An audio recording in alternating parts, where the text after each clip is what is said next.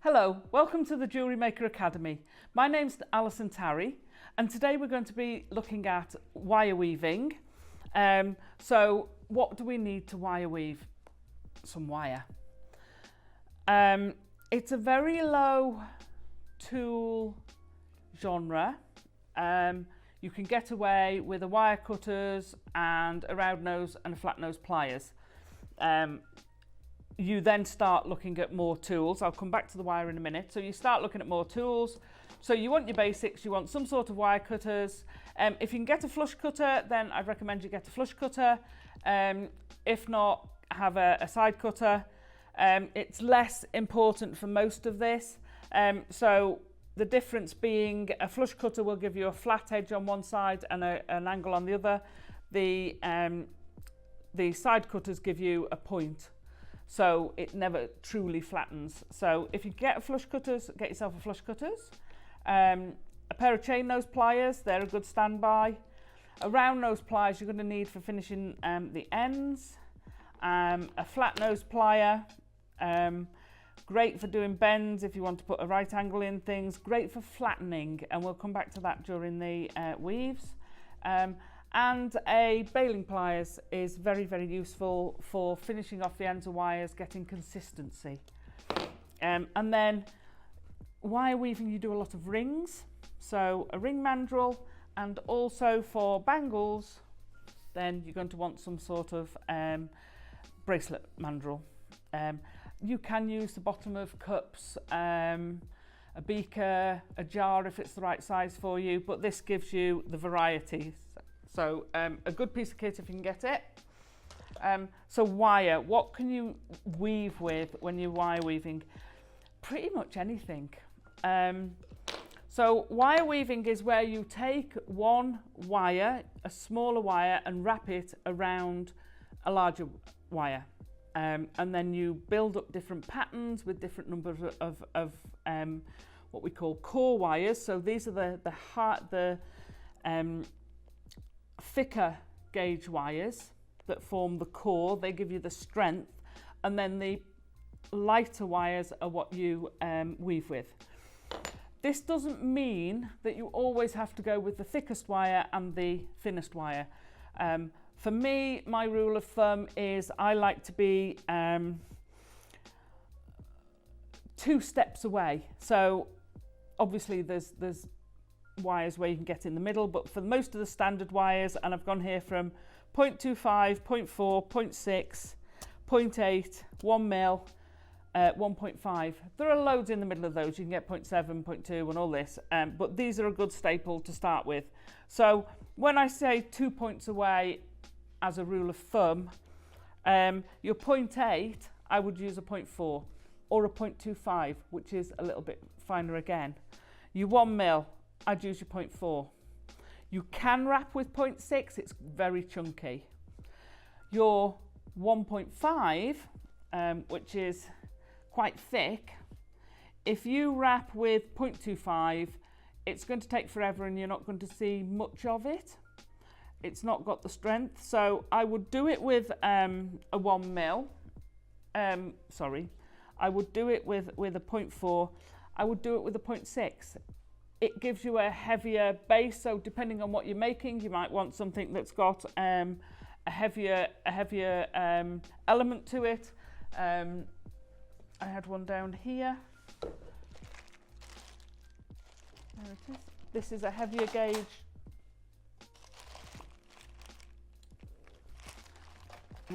Dig it out. So this is a heavier gauge wire with a 0.4 wrapped around it, and it just gives you this heavier weight to it.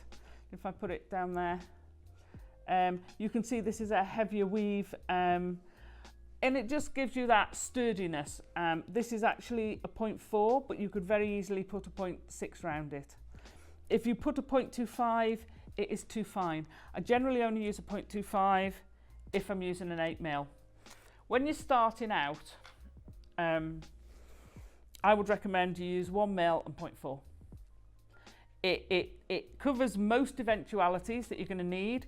You've got the structural part of the 1 mil, so you can use it on its own. It's strong enough to create a bangle with, create a ring with. 0.4 with the 0.8 or 0.25 with the 0.8 will give you a lighter weight piece. If you're going to be twisting it, turning it, you might want the 0.8.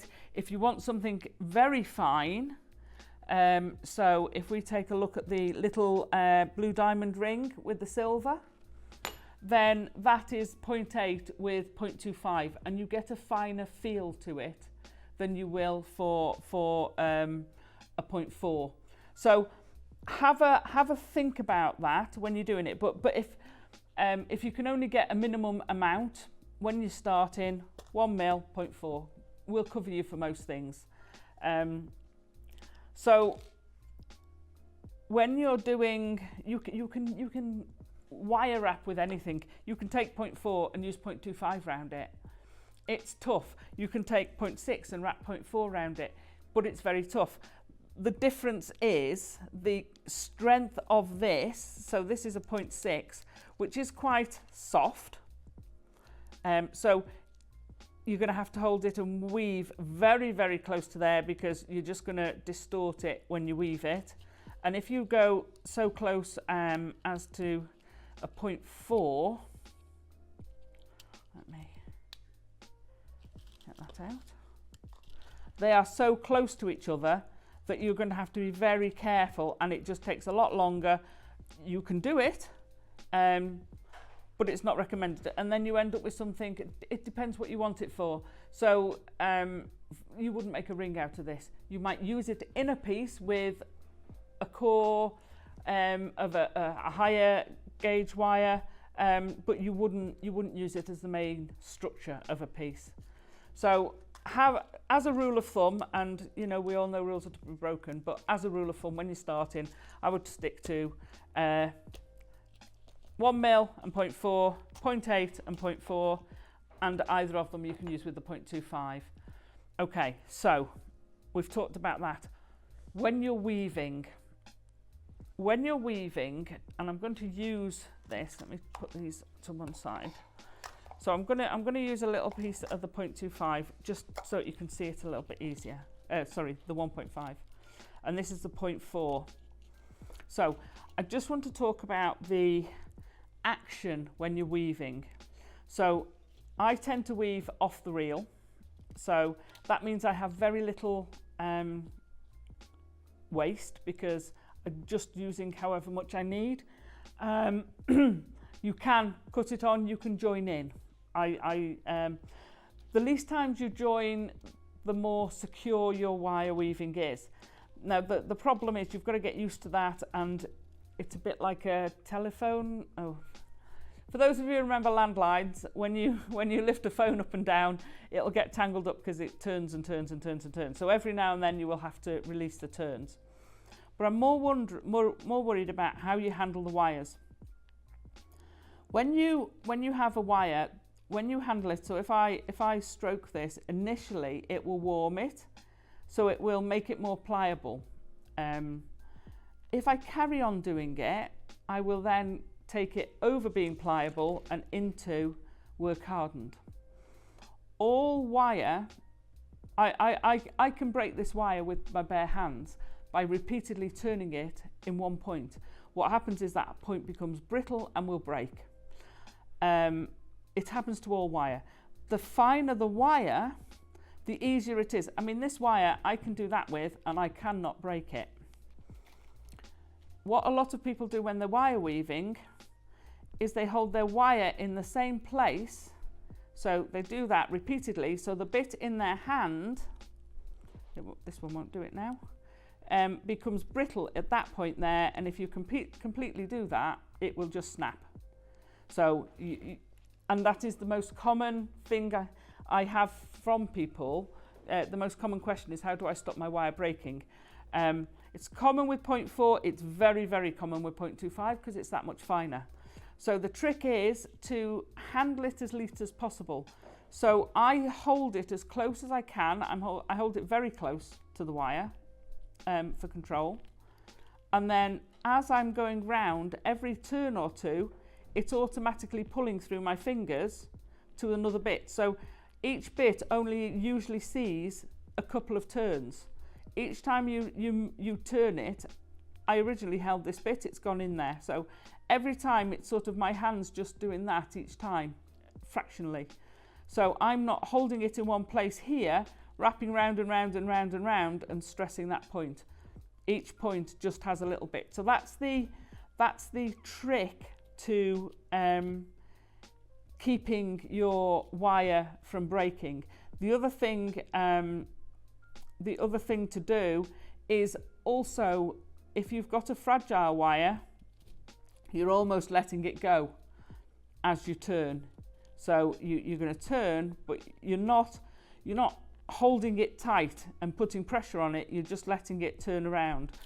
So when you wire weave, if you want a tight, tidy weave, I'm not saying a more organic weave is not right or wrong, but if you want to have most weave patterns are repetitive and react well to being consistent. So to get that consistency, A is practice and B is a tension thing. So a bit like if any of you knit or if you do crochet, anything like that, it's a tension thing. So you want to have hold of that wire. So again, like that or like that. I've got it so it's not loose, but I'm not pulling it tight. So I'm just keeping it nice and in contact, so that it's always in contact with the wire. And also as you're weaving, you want to be weaving right up against. If you weave and you end up doing that, but you actually want it to look like that, as soon as you push that down, can you see how uneven they go? And that's because that is a bigger amount of wire than that is. So that wire's got to go somewhere and it comes out. So the closer you can get that wire together, and you can see where that's very uneven, the closer you can get that wire to each other, the better it is. That's not to say sometimes you don't get a bit of gap. So you're almost, and I'm going to exaggerate it, but you're almost crossing your wire so that it slides down the previous one. So you're not going right across, but you're always erring on the side of overlapping. Every now and then you will slip and overlap, just undo it and carry on. See, there we go. So the idea is to keep it, but if you do need to squidge it, do it as soon as you can, and then you can pull, and that will get that excess out. Like I say, if you've done it after, let's say, a couple of wraps, if you push that down, you pull that, it pulls that excess out, so it keeps it in that tidiness. So those are a couple of things about weaving that will help you improve your consistency, and it will work for all weaves. So whatever weave you're doing, those principles will work. The direction you're doing it might change, but the principle will work. So it's all about tension. So that is something that you can practice, and actually practicing on a 1mm, or if you can on a heavier gauge, or even on a meat skewer or a very fine knitting needle or something. Something that's quite rigid, because like I said, the narrower the gauge of wire, the softer it's going to be. Not the softer, the easier to move. This is a 1.5, it's quite hard.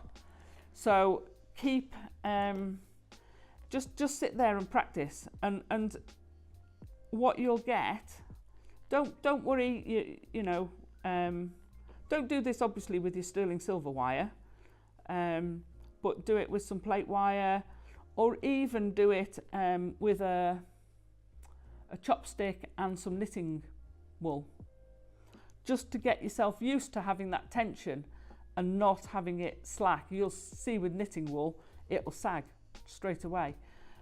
So practice that before you start doing your weaving, and you'll find your weaves come an awful lot better and quicker. Right, so that's some basics for you. So the next thing to do is to start weaving some wire. See you in the next chapter.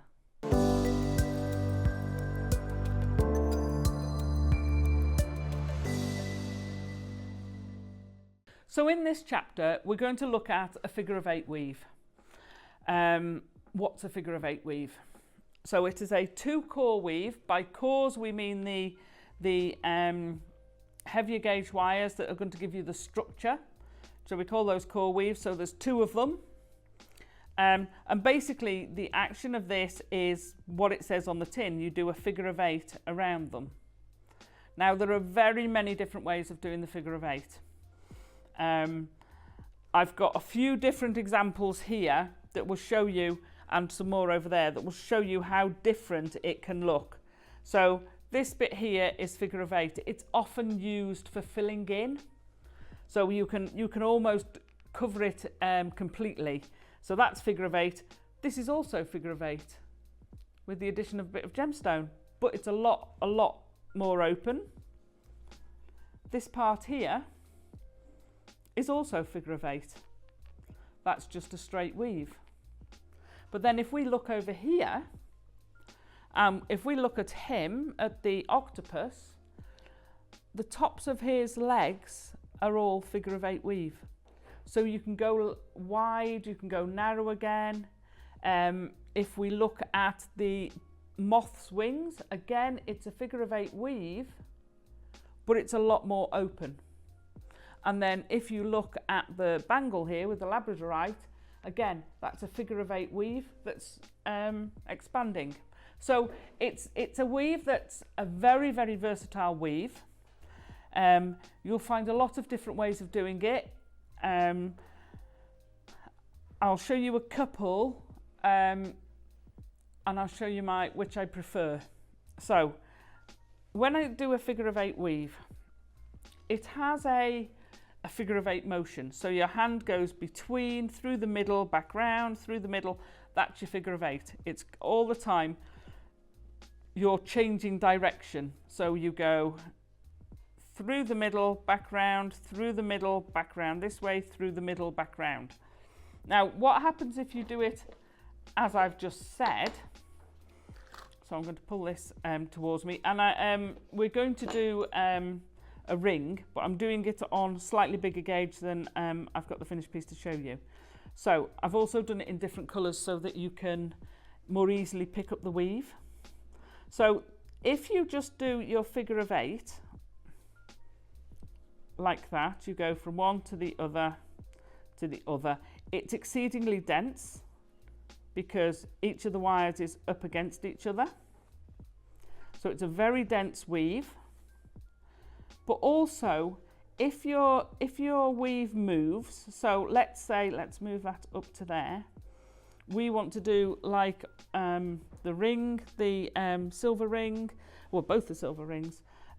You've got this weave going wider. Now, when you're going wider, tension becomes very important, because if you pull your tension too much, you'll pull those 2 wires closer and closer together, which is okay if you don't have a set distance you want.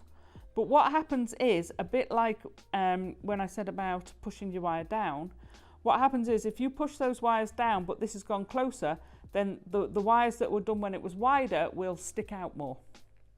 So you can do that. It gives you an extremely dense coverage.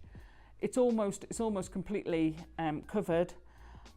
If you're doing 0.25 with a 1mm, it will give you the most beautiful fine weave, and with those 2 you're less likely to affect the 1mm. However, if you've got very soft wire, if you've got a harder weaving wire, I tend to prefer, my preferred method of doing the figure of 8. So I will go round the top one, and then I'll go round again, then I'll come through. I'll go round the bottom one, I'll go round again and come through the middle. So I go round the top around again through the middle, around the bottom. You're still doing the figure of 8. You're still getting a really quite a compact weave. But what's happening is, if this tightens, because you've done that extra loop around here, the wires further down won't bulge out because they're firmly fixed to your core wire. Whereas the other isn't actually fixed to the core wire, it's just actually hanging around it. So if you move your core wire, this is going to stick out. I know that's an exaggeration, but it's going to loop out. So I tend to do always go through once round, through the middle, change direction, go round, through the middle, you're changing direction. Each time you're changing direction. So it's a weave you can get into a really good rhythm with, but you do have to watch, be mindful of that. Now, there's a couple of other things with the figure of 8 weave. If you want to do a parallel line and keep that parallel line, that is quite difficult. We're back to tension. I'm just going to jump my wire up to here. So we're back to having that perfect tension for that not to be disturbed. But there are ways around that. If you have a bead with a large drill hole, then big enough to go on your core wire, then you slide one bead on that wire, and then you've got the bead, the width. So if you've got an 8mm bead, then that would be a 4mm gap. If you want a bigger gap, put a bigger bead on. Because it's not going on the 2, you can still weave through the gap because you're passing over the bead, and that will consistently keep it. And if you have your bead down here, as your weaving moves, then the bead will slowly go up that wire. So that will help you to keep that distance consistent, because doing it, it takes a lot of practice, and you really have to know your tension. So when you're going across to the other one, I don't have very much tension at all on that. I'll fetch it round, then when I've got to there, then I'll pull it, and then I can go round the other one, do me once, and when I get through there, I'm putting a tension. So I'm not putting a tension on the cross wire, I'm putting the tension on just the one round the single core, and then that will help it maintain its distance. So that's another trick with the figure of 8 weave. Something else with the figure of 8 weave, it is very, very often used for bales. We saw the one on the little black butterfly a little while ago. I had another example here.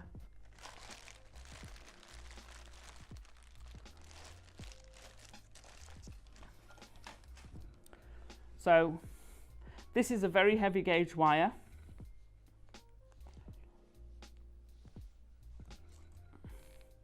With an amazing, amazing labradorite. As you're going down, now I've deliberately done this, you can see what happens is when you're going narrow to wide, the wire, because it's under tension, not a lot of tension, but it is under tension, its tendency is to try and get to the narrow place. When you're going down the other side from wide to narrow, it's still trying to get to that narrow space. So you tend to have more gaps, and once you slide the wire up, then it pulls it in. So you end up with this wire that is narrower than wide. I mean, in this one, it actually works quite well because it's quite a rustic piece. But if you want to get that perfect symmetry on your bale, then you need to be very careful how you're weaving down. There's a couple of ways to do this. So if you're doing it at a width, like I say, going up is easy. You're weaving, and if you notice, I automatically do that. I push down, and then when I come down, I push down through there. So by there and by there, take a bit of a hammering, you very, very quickly develop calluses. So that's really nice and tight. If I change the direction, and I'll have to move those out. So we're going to make a little bail. So normally it would be a bit like a diamond. So if I open those up a little bit to match, and this would go narrower. So what will happen, have you noticed my finger comes up now? So my underneath finger, as I put it in, can you see how this has automatically tried to go to a smaller place? With a very little tension. You need to keep that up there. So you're using your other finger to hold it in place till you can push it up, and then you've stomped it in place again. Same there. You've gone round again, and then you can do your tension, and then you go and hold it in place. So you're using your fingers to match it. Now that's going to think it's coming down there. So we want to keep it loose, push it back up, and then you can pull it tight once it's in place, because it will try and walk. So use your finger and thumb of your hand that's holding the wire, because as soon as it's gone down there, you're going to end up with something like this, where it's gone narrower than the front. You might not care about that. That might be the look you've gone for, then that's absolutely fine. You can see it through, this is quite an open weave, so you can see it through there. But that's one way around it, is using your finger, and don't pull your tension until you've got control of that wire and you know it's not going to go down. Now the other thing you can see from this one, and a few of the other examples we've had, is it's a very open weave. It's still classed as a figure of 8 weave. The difference is with this weave, so what we've done is, instead of doing go round once and go round again, we've gone, let's say 3 times around one side, then push it so the middle is angling. 2, 3, push your weave down, cross over,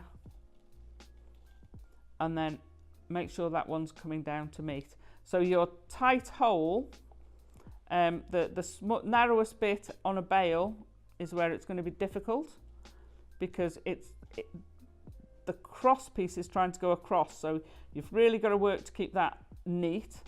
And then as you go up, you can increase them. So to give it more space, you just increase the number of wraps. So we can now go to 4 wraps.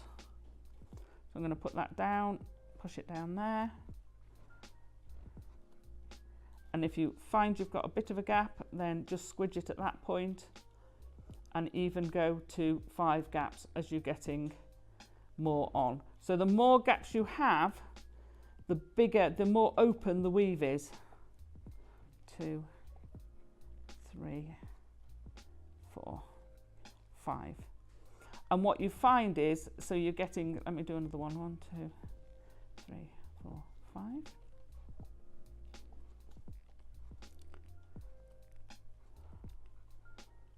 So you can see there that white weave, compared to the one down here even, is a lot more open.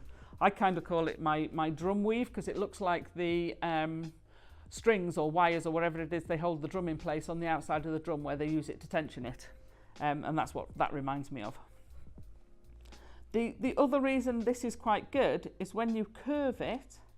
So we're going to move on to the ring momentarily. So when you curve it, this curve is going a smaller distance than this curve. So if you do them the same, they'll end up sort of going like that, and your weave ends up at a funny angle. So to keep it to the same angle, you just alter the number of wraps. It won't be noticeable.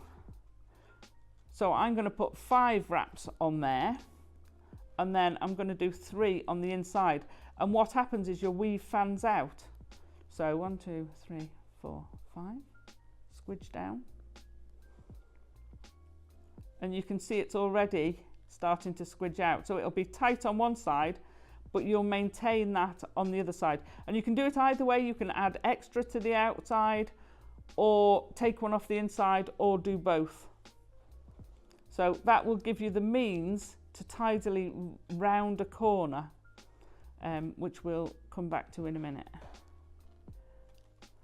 And you can see how that's gone from being flat there to now splaying out around the corner. So those are the basics of your figure of 8 weave.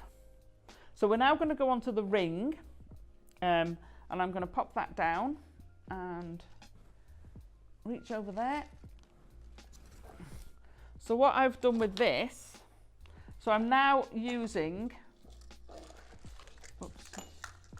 a 0.8 wire and a 0.25. This gives you a much finer feel to it because it's less lumpy bumpy, for want of a better word. The 0.4 wire has obviously got a bigger circumference. So if you think of it as the furrows on a field, you've got the hump of all the round wire. When you go to the 0.25, it's a tiny little, barely discernible little bump over.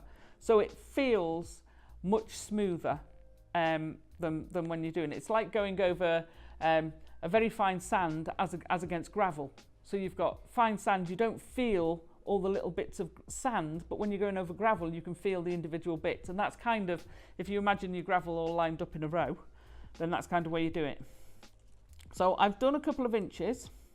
So your N to O, your size 7-ish, which is one of the most common British ladies' ring sizes, is about 2 inches in circumference. So it's a lot bigger. So that would be 5 centimeters. Sorry, I switched between the two. So when you're weaving with this, it's exactly the same action, but to do something like this, there's a quick way round. When you've got that bigger distance between the two wires, so I've come through the middle, and I'm having it so that I'm coming through the middle towards me.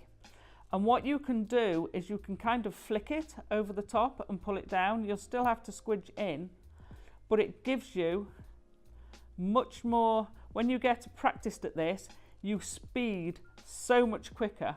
So when you've mastered the weave, then have it so the center, when you've gone round the second time, it's coming towards you rather than going away. And then you're kind of directing it with this finger. So you're still not holding it mega tight. You're still letting it run through so that each time your hand stays in the same position.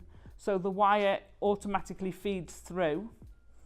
And you can then speed up how you can weave. So if I curve that round, we'll see it. And you can do that if it goes in a different direction too, although it's a bit difficult. The other thing when you're weaving, and this goes for any weave, the tops of your wires angle out, create a funnel point. So when you put your wire in, you're not having to fight which wire.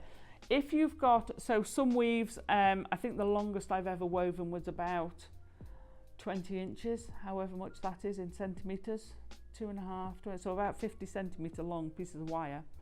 And the ends of them are all going like this, they're all over the place, and you're having to sort out which wire's which and feed through it. So until they stabilise, it's quite difficult. You can use masking tape on it, low-tech masking tape to hold them into position. You can also use a gemstone ring setter, so you've got that clamp that you can use on your wire, which has got a padded part to it so it won't mark the wire. You can use that to hold your wires, particularly if you've got a lot of wires that you're weaving. We're only worried about 2 here, but it gives you sort of that ease of holding them instead of having a bundle of wires and then they're going all over the place. So you can do that, but always have them opened. If I was trying to weave this side, which way am I going? To try and get through, even that is a helpful gap. If they were close together, you've got to try and stop and feed it through, and it's obviously a lot harder. They're going to be the bits that you're going to throw away, but just by doing that, that makes it so much easier because you've got that gap, and then it guides your wire down to where you're going, and off you go again. So to do this ring, we've done the shank in the basic figure of 8, keeping it fairly close. I'm going to move you out of the way. I tend to start always in the middle of a ring. It gives you, and in the middle of my wire, it gives me the option to go one way or the other. if you start at the end and you judge, but you then suddenly end up with loads of wire left this side and not much, and you think, oh, well, I would have changed that. By starting in the middle of the wire, you've kept your options open. That's the only reason I do it. So I tend to, if I'm doing a ring, probably have a metre or so of my wire, my weaving wire, that's loose, that I keep out the way, just tuck it out the way, down towards the floor, and then use the other one off the reel. So we're going to just fetch that around. So it's a very simple ring to do. We've got our straight bit of wire, and then when we're getting to the point where we're ready to have it on our finger, if you have a look on here, they kind of cross over. So if we look, both of these are the same design, slightly different finish to them. When you're getting to where they cross over your finger, that's where you'll know. So pop it on your ring mandrel, cross them over, and you can cross them over either way, and it doesn't matter which way you go if you have a preference. When you're doing that, you've got to cross them smaller. You go to a smaller part and then push it. So this line here is what I'm aiming for. My letters and things have long since rubbed off this. So I then push it open. All wire has a memory. No, we have memory wire, which is a very hard wire. So when you bend it, it'll flick back, which is what a spring is. It's a very hardened piece of wire that always wants to be in that position. So when you've got wire, most jewellery wire is not as hard as that. So this I can move. This is a nice soft wire. I can move it and it stays there. But if I lightly move it, it will spring back. So if I try and close that to the point I want it, it will spring back slightly. So I'll always be able to go past. So you do it tighter, it will open up a bit, and then you push it and force it out to the point you want, and then you will get a ring that is the size you want, that doesn't spring up. It doesn't matter with these because they're adjustable. So actually when you take it off, you can adjust it. But as a rule of thumb, always do it slightly smaller and then put it to the point you want. Same with bracelets. Anything you've got that's reliant on the wire being a certain type, a certain size, do it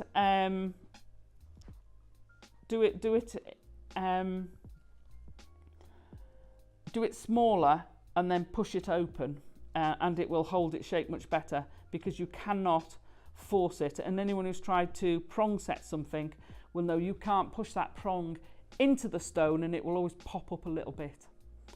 So if you can, pre-bend it and then force it back into the position you want it. That goes for most wire. It's just a wire thing. So we're just going to do a little bit of weaving. So what I've done is I'm just using the figure of 8 to fill in the gap. And like I said, sometimes I'm doing 3, sometimes I'm doing 2. I'm doing 2 on the inside. So you can do 1, 2. And you can quickly build up quite an amount of infill. I'm not going to do as much as those 2, but you get the idea of what you're doing.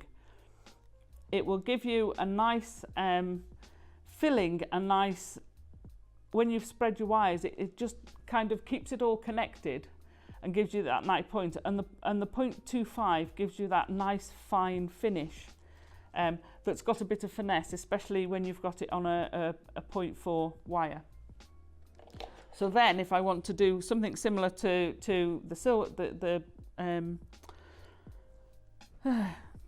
the diamond ring, I just want a small loop. Now I know a tiny loop, which is basically using the very tip of my pliers, is about 1/2 centimetre.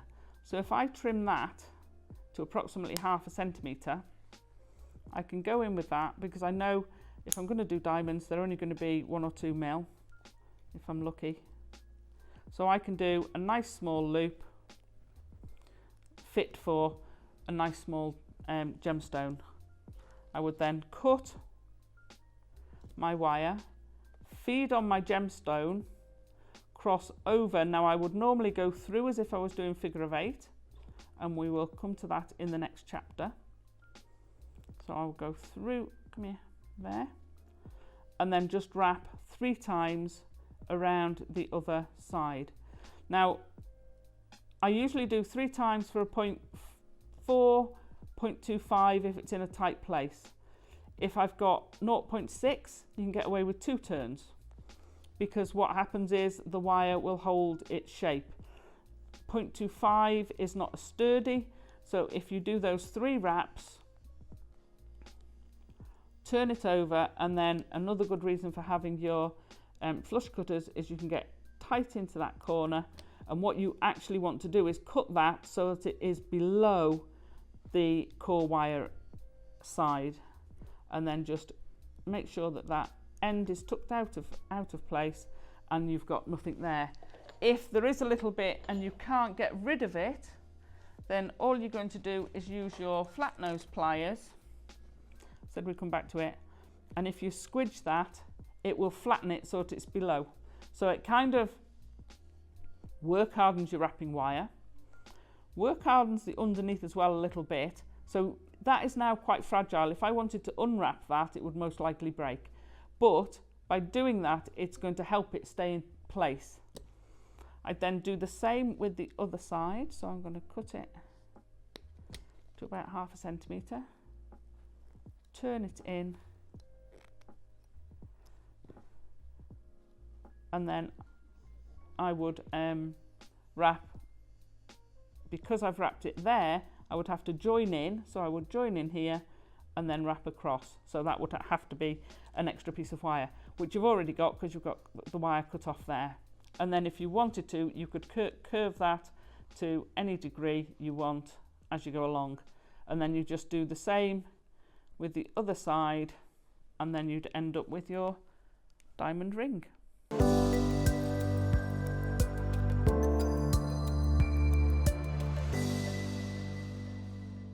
So now we're going to look at, it's still the same action as the figure of 8 weave. So we're looking at channel setting. By channel setting, I mean I'm taking gemstones and I'm basically putting them between 2 pieces of wire, creating effectively a channel set like you would with an eternity ring, and it just gives you that feel. Now again, like all things wire work, there are different ways of doing it. I much prefer doing it the figure of 8 weave way. You can also do it so that the beads will all sit on top or the beads will sit below, and I'll show you those. I'll show you all the ways and you can choose. So you can do it so that they're really close together, and when you're crossing between your core wires, again this is 2 core wires, when you're crossing between them, that's where your bead's going.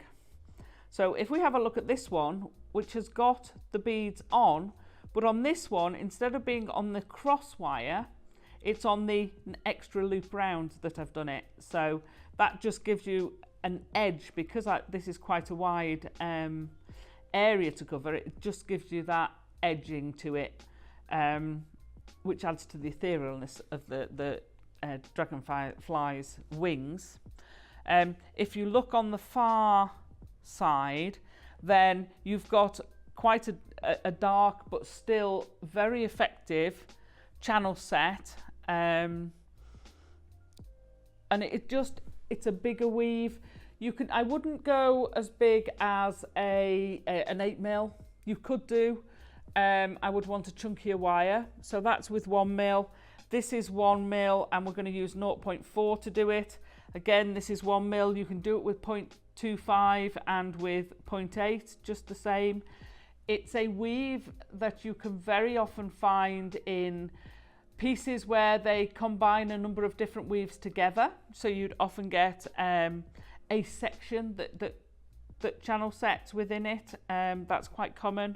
You can get it with rings. You can get it with rings where you've done something on the front, or you could get it with a ring that you just see that channel setting on the back. So it's channel setting. Why am I saying it's figure of 8 weave?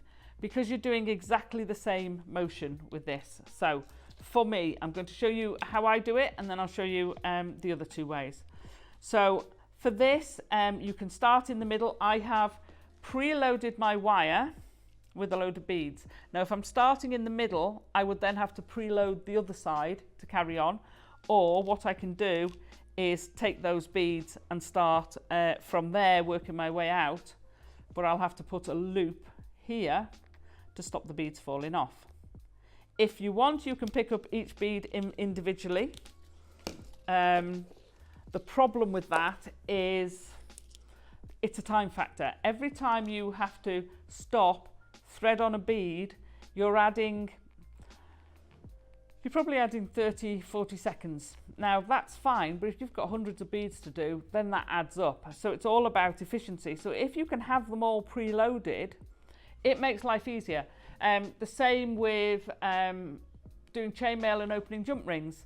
If you open a load of them before, you're just doing one motion all the time, repetitive, that's fine. If you do it each time, you've got to pick it up, change your pliers, thread it through, close it. It all takes time. So there are efficient ways of doing it. You don't have to thread them all on. You could thread half a dozen on and then thread another half a dozen on. It's up to you. So I'm going to start off in the same way. So I'm going to go round my wire and round again. I'm then going to slide the first bead down. So I've gone around my wire through between the two like we did before. I'm going to move that wire into place between the two cores, and then I'm going to go around once and then my secure locker. So I've got my 2 times around there and my bead is in the middle. So if you do it this way, I don't know whether you'll be able to pick this up from there. Basically, half of your bead stays above the wire. I'll try and get the angle right. There you go. And half of it is below the wire. So it kind of sits right smack bang in the middle. And with the other two, it either sits above or below the wire. So I then fire down my next bead. So I'm coming from above there. So I then go around that one. And this you can pull because the beads are going to stop that from coming in too close. So you do actually want them to be as close as possible. So provided your beads are a consistent size, then you can pull them tight. If your beads aren't consistent, then your channel setting is going to go in and out and in and out, which can also be an interesting look. So slide down the next one, through the gap, fetch it round. So you can see it's exactly the same motion through the gap, except you're sliding down that bead between time. So you keep sliding down until you're at the end. Now the advantage of this, unlike the other one which is a lot more concentrated, is you can move this up and down if you want. So you can start right close to the edge and move away. The other thing is you still want to do the slight opening. So I'm going to do one more, and you can flip between the two.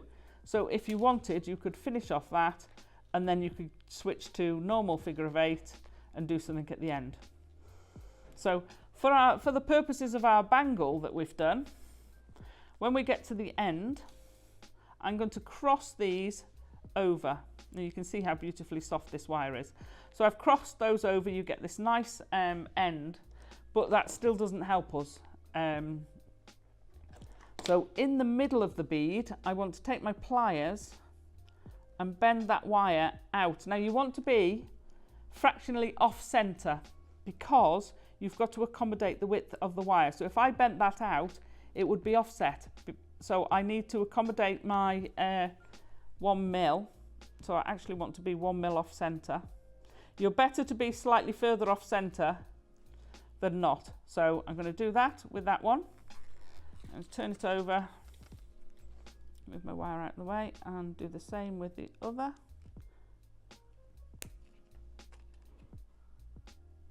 This is where a flat pliers is great because you can get that really nice right angle. So I'm going to then bind these two together, and by that I mean I'm just going to do 3 wraps around the 2 core wires, and then I'm going to bring that wire between. So that effectively acts like a jaw wedge. So you've got these two are actually clamping around this wire, so it's actually going to be held in place. Take my flush cutters. I want to cut that off so that it's just at the level of the two cores, so it's below that one, below the two the 3 wraps, and then just squidge it so you get this nice flat finish and it's nice and tidy. So then get your 2 wires parallel, and we're going to do a small loop, so approximately, for me it's a nail width or about 1 centimetre. Snip those 2 off.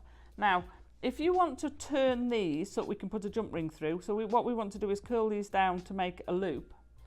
If you use your round nose pliers, one loop will be bigger than the other because of the graduation. So that you can do it, but just be aware that one is going to be bigger than the other and you'll have to go in and adjust them. So this is where a baling plier comes in, because you get the different sizes, but they're all straight. They're all straight edged. So I can go in and I can roll that down and they will finish underneath. You can do it on the smaller one if you want, and then you can just pop a jump ring on. If I turn that bracelet around,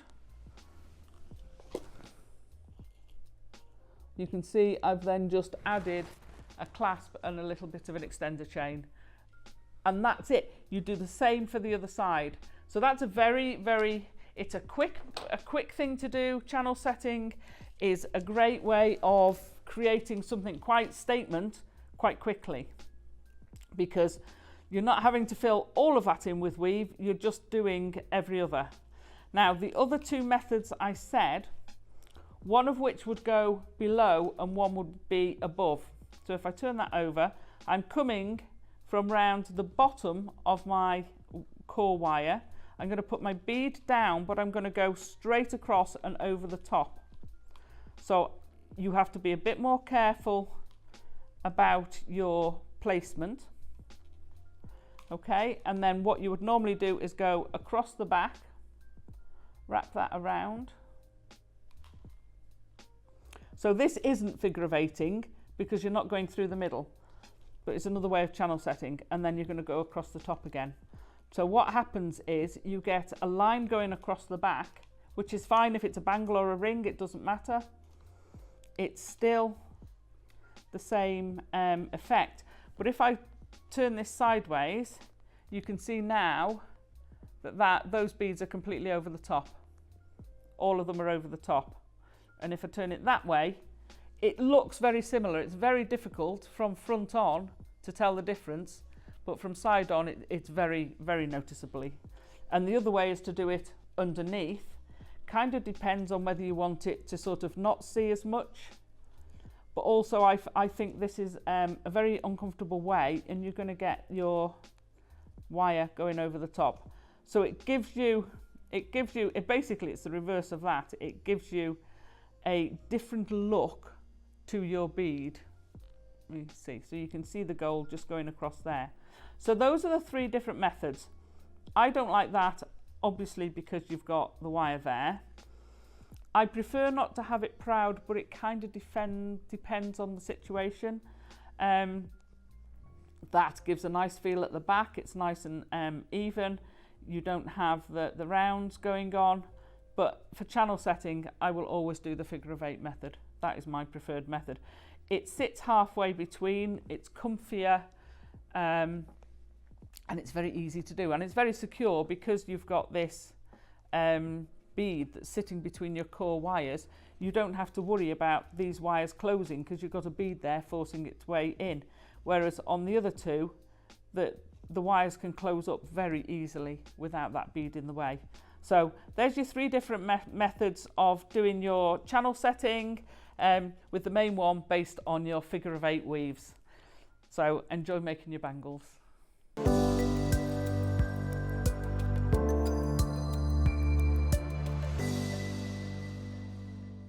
So in this section, we're going to have a look at, I call it a 5 in 2 family. So it's a 2-core weave.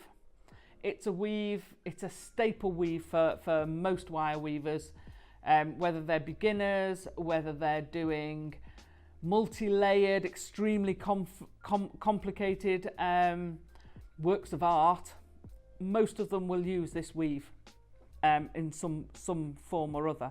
It's a very versatile weave. Why do I say family? The only difference in this weave, and there are, I suppose, an infinite number of variations you can do, is the number of wraps. So it starts off, it's a 2-core wrap. You start off with 1 core. You're going to wrap a number of times around your 1 core, and then you're going to catch the second one in. So when I say 5 and 2, I'm going 5 times round the main core, and then twice around both, and then 5 times round the main core, twice round both, 5 times round the main core, twice round both. You get the idea. Now, why would you want to change that? The more wraps you do, the further apart the 2 wraps are. This has a number of good things and bad things. You may have a textured wire, or wires of 2 colours. You may want to show that other wire off to its maximum. So by minimising the number of wraps that are on there, but still keeping it connected, we'll show that wire off beautifully. You might want to use a number of different ones to get a different texture. The closer the 2 wraps or 3 wraps are together, then the more dense it becomes. The further apart they are, the more open it feels, because you've got this untouched wire showing through. You can see this, so if we have a look at a couple of examples, on the necklace, the main part of that necklace is a 5 and 2. So that's the frame bit at the top that's a bit sort of wishbone shape. And that's a 5 and 2. So you're constantly wrapping around one of the cores, and then every now and then you're catching, well, every 5 wraps, you're catching in the other wire and holding it in place. We have 2 rings down the bottom. It's a ring, it's a great one for a ring shank. It allows you to manipulate your ring very easily. By having the minimum wraps round both cores, you can maximise the bendability. So if you bend with the main core where all the wraps are going round, on the inside, then the other one will fan out, and all it does is mean you'll get slightly more of your wire showing through, and the main core gets more compressed, so your wire doesn't gap. If you do it the other way, so you keep the non-main wire as the inside wire, then you can get gaps forming on your main core wire as you turn it around, because all of a sudden it's gone from straight to actually having this curve, which is a bigger space. So the wrapping wire either has to expand, or if you're doing it, curving it at the time, you can push it back together, because on that extra space, because you've got room for your 2 wraps, and just keep it tidy. But if you've done it after you've wrapped everything, it's very difficult to get rid of those gaps. Again, it's not obligatory. If you like it showing a little bit more gaps, it looks a little bit more rustic, then that's absolutely, there's nothing wrong with that. Absolutely nothing wrong. If we have a look on the octopus, where the legs change, you've got this sort of almost, if we have a look at that one there, you've almost got like a sucker feel, because you've got the main core which is consistently wrapped on, and then every now and then you've got the 2 ones, or in this case it's 3 going up. So this is actually a 4 and 3 wrap. So it's the same family. You can have a 3 and 3, you can have a 4 and 3, you can have a 2 and 2, you can have a 4 and 2, a 6 and 2, a 10 and 2. Depends how much you want to capture them in. It also means that you've got places there that you can do other things with that extra wire. So for instance, on if we go back to the necklace, where you've got those loops forming at the bottom, that's between the 2 wraps.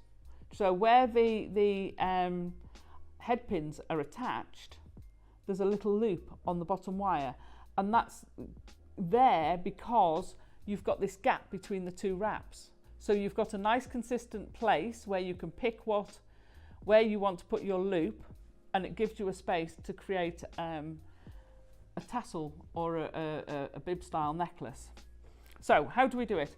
These wires, I kind of call them my loop-de-loop wires, because you're now going to go in the same motion all the time. So I'll not get as much. Again, I would start in the middle depending on what I was making. I tend to start it in the middle. If it's exceptionally long, I'll start near one end, get a few inches of stabilised wire, and then turn it round and wire the other way. That's another good point. The figure of 8 weave is reversible. The back looks the same as the front, because you're doing the same wrap, you're turning, it doesn't matter which way you look at it, it looks the same. A 5 in 2 weave will look the same. It doesn't matter whether you're going from the front or the back, because you're doing 1, 1, 1, 1, and then you do 2 wraps. So it looks the same from the front and back. It's what we call a reversible weave. So it doesn't matter whether you're doing it front or back. So how do we do it? We're going to start off. So again, this is a 1.0 and a 0.4. So we're going to do 1, 2, 3. Keep them tight to begin with. Let me get rid of that tail. You'll often hear, if you're not used to wire weaving, you'll often hear the end that you start with, so you've still got that bit that you've got to have, because you can't start right at the very end because you can't hold it. So you have what we call a tail. So 1, 2, 3, 4. So let's do 5 wraps. So you've got your nice 5 wraps that we did when we were binding, and then I'm going to bend that a bit. Take the both together. Now there's something about wrapping the 2, so you're going to go twice around, and I'm going to just move that slightly. 1, 2. If I take that as tight as I can get it when I first wrap it, what will happen is I won't be able to get that wire back into just doing 1 wrap. So the idea is, because this is 0.4 wire, I always want those 2 to be 0.4 between. So when I do that first wrap, I'm not going to pull that as tight. You probably can't see it from there. I can pull that so tight that they now sit flush. I don't want that. I want them to be have that little gap. It's a good approximation is a thumbnail. Not the width of my nail, but actually putting your nail in will ease them open enough to get your wire through. So do your second one. So again, I'm not pulling my tension. I'm making sure it's not loose, but I'm not pulling it tight. So it's all about your tension. Then when you put that through for your first one of your individual wraps, then you can pull. It will pull those tighter, but because you've got that stitch in the way, it will never close up completely. So it will always leave you with that nice and smooth. If you pull it too tight, you'll get a little gap there. So your wire won't be able to go as close, and you get a little gap and a little dint. So to keep that, or you want your main core to look like it's just continuously wrapping. So this edge should just be smooth all the way along, and every now and then it just jumps over and catches the other one. So we'll do another one with 5. And again, as I come down, because this is longer than where I had with the ring and the figure of 8, I've got my finger and I'm pushing it down with my finger because I want that tension as I'm going. So I push that down each time, got that nice and tight, and then just that light pressure before I go through again. I've done my 2 wraps, and then I can pull it tight. So you get that beautiful smooth tension. 4, 5. Right, so that's my 5 in 2. If I do 3 wraps now, again being careful not to pull that in, I'm going to do 3. 1, 2, 3. and you'll see straight away what a difference it makes to the look and feel of your weaving. So it's all about creating texture. This now becomes a lot more thick set, it's a lot more dense, and it will give you that feel. So if you want to create light and shade by using texture in your weaving, then this is a good way to do it. So if I hold that there, you can see this is quite light, you can hardly see the two going up. This is now a lot more dense because it's much closer together, it feels heavier, it feels more solid. It just gives you a different feel totally. If we change that again and go to 2, and then let's do a 3 or 4, let's do a 3, 4. And all of a sudden we've got breathing space. Think of it almost like, I suppose it in a way, it's a bit like, you know, your heartbeat graph, where you can have fast heartbeats really close together, you've got your peaks, an EKG, and then your heart can even out and slow down as you rest. It's kind of like that. It gives you that different feel. Now, if you don't concentrate and count, what will happen? Well, not a lot really. All that will happen is you'll have one that looks a little bit different. So you can see there, that's a 4 in 2. It's not as different as that one. You wouldn't think that one wrap would make such a difference, but that looks closer to that. And you can pick, you can do 7 and 2. You can do, let's do 6 and 1. There's nothing wrong. It doesn't have to be 2 wraps. It can be 1 wrap. Now that is literally all you want to do. All you're saying is, I actually want to just catch this wire and pin it to me. That's what that's doing. It's got a very lightness of touch. You might have something on that wire, 6, lose count. If you can keep the number, obviously don't try and do it too much while you're talking into a TV screen. It gives you a more consistent feel.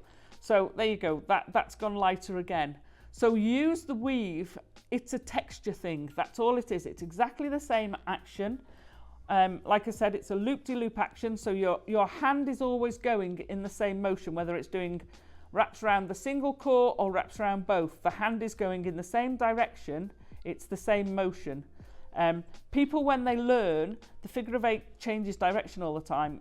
Don't try and learn them both at the same time. Learn one, get it down pat, or do them separate, because they are a totally different motion with your hand. And what you want to do is build up that memory, that muscle memory. And it's literally, you're almost like winding a grinder. But sometimes it just goes around once, sometimes it goes around twice, sometimes, but it's the same motion all the time. So that's why I call them a 5 in 2 family. 5 in 2 is the one probably I use the most. You can use them all. You can, if you did 2 bracelet lengths in a 5 in 2, and then 2 bracelets, 2 cores in a 3 in 3, and then just cross them going over, you'll get a really, really stunning bracelet. Because you've got that change in texture, it's dark and light, night and shade, it's something different. If they were both the same, it would still look nice, but it would look totally different. The other one is a lot more interesting for the human eye to look at because it's got something that's different to look at, and it changes each time because it's swapping sides. So that's how you do your weaves. What we're going to do now is look at how we actually make the necklace.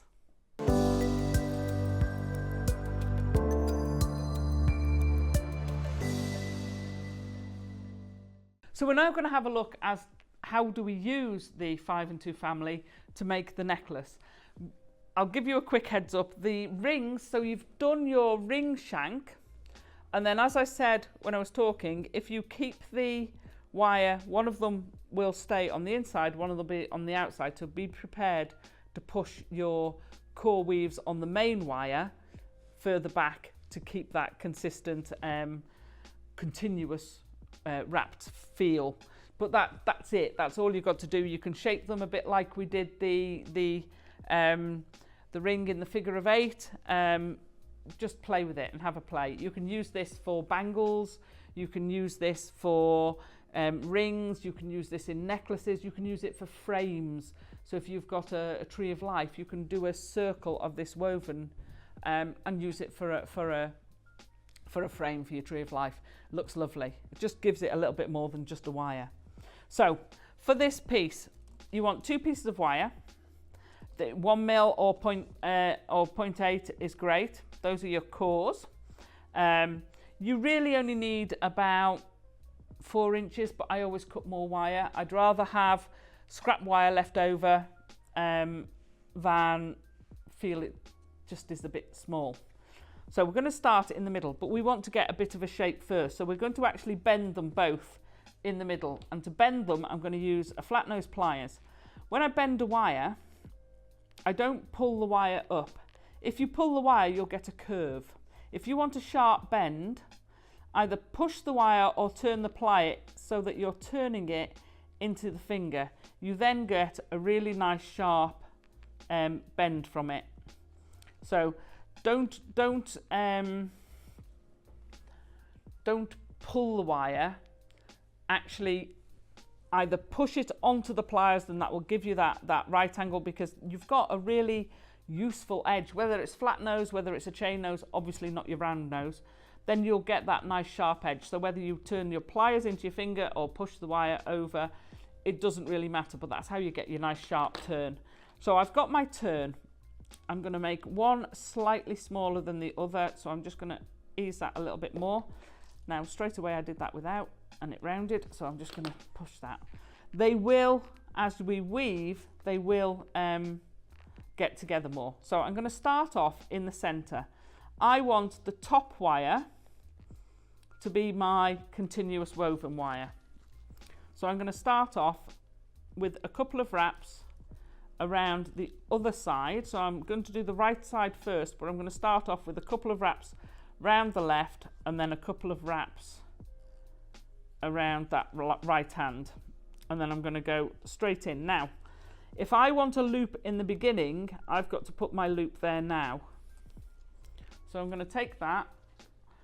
If you want, use your baling pliers, put it in that V, and then cross them over so that you're getting that same angle. So you've now got that V in the same place. We've got 2 wraps there. I'm going to take those 2 and say that's my 4 wraps if I'm doing a 4. So I'm now going to do 2 wraps around both. So I'm doing them, it's kind of upside down to what I was doing before. So I've got my core wire at the top and then this at the bottom. I'm going to curve that out slightly. And at some point I flip these over. This is why I do it extra, because at some point I flip these over, one side's longer than the other. So I know I've got to go to the shortest of each. But that doesn't matter because I've got plenty extra. So I've done my 2 wraps there. Make sure you don't cross them over, and then pull through the middle. And you see what I mean? These 2 are misbehaving. Make sure you've got them separated. Okay, say if you want to, you can fix the other side. So I've got my 2 wraps. Now for this side, I want to keep these together. I'm just going to do that. Roughly wrap them. That's now stabilized that whole side of the piece. So you can now almost forget that and just keep going. So I want to do 1, 2, 3, 4, and then I'm going to do 2 wraps. And then I'm just going to put my 1 in the middle so that I can pull it. Now before I carry on, I want to do a little loop there. So I'm going to take my round nose pliers, start the curve, pop my pliers in. I want the smallest possible loop I can get, and then I can go back out. So I've now got a nice small loop, and I know exactly where he is because he's in between the 2 double wraps. So I'm going to carry on and do 3 more because I've done 1. So 1, 2, 3, and then I'll do my 2. So if I do another 2, to get your consistency, you can either create all your wraps on this one at a certain distance and then hope that matches in with your weaving, or you match your weaving distance, because like I said, this can be any number. It doesn't have to be 4 and 2, 5 and 2.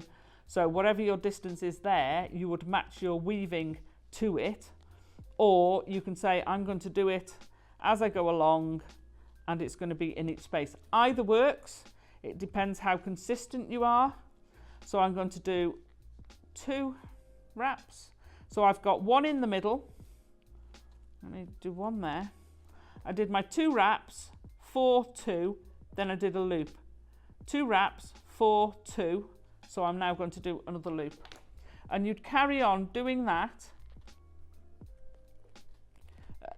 It will take you a little while to get consistent. But that is, if your wrapping is neat and tidy, then you will naturally become very consistent with it. So then I do my other 3 and away we go. And the necklace is as simple as that. 2 wraps, 4 in between, 4, 2 wraps, and then we do another loop. So when you've done as many as you want, and you can leave it as small or as big as you want. It doesn't have to be a big piece like that. That one has got a slight curve. So when I've done them all, I would put a slight curve in. So it comes to a point and then sort of flares out. You don't have to do that. And then all you need to do is to cut these down. So when I've done that, you can either take them 1 down and 1 up. I can't remember which way I've done it on there. I've gone both down. So by that I mean, now I've got my 2 gap, I'm going to put my loop in here. Okay, so I'll come back to doing them the same way in a minute. So I've got my loop in there, but this time I'm actually going to cut it carefully so that I don't cut the wrong one. Come here, off you come. And just have a single loop. I can carry on and do my 4 wraps, and then I will put another loop. So I will now trim off my wire, put my other loop in, and that is where I would attach my chain to. So like I say, you can make a really pretty little fine pendant piece where you might say, well, I only want 3 or 4, I want 8, I want to, you know, drop a gemstone for each of my friends, or I want to have a birthstone for each of my dogs or children or whatever. You can make that, or just have it arbitrary. Have an odd number because you've got 1 in the middle. And then basically attach what you like with either a jump ring or an eye pin. You can put any gemstone on there, and you've got your loop there just to attach to your chain. Piece of chain each side, and you're good to go. And it's a really nice way. You then obviously, because it's the same front and back, you can then turn it over and do the same the other side, and just go on and do your 2 wraps, 4, 2, loop, 4, 2, 4, 2, loop, and keep going. And then that's how you make your necklace. You can make it as long or as short as you like.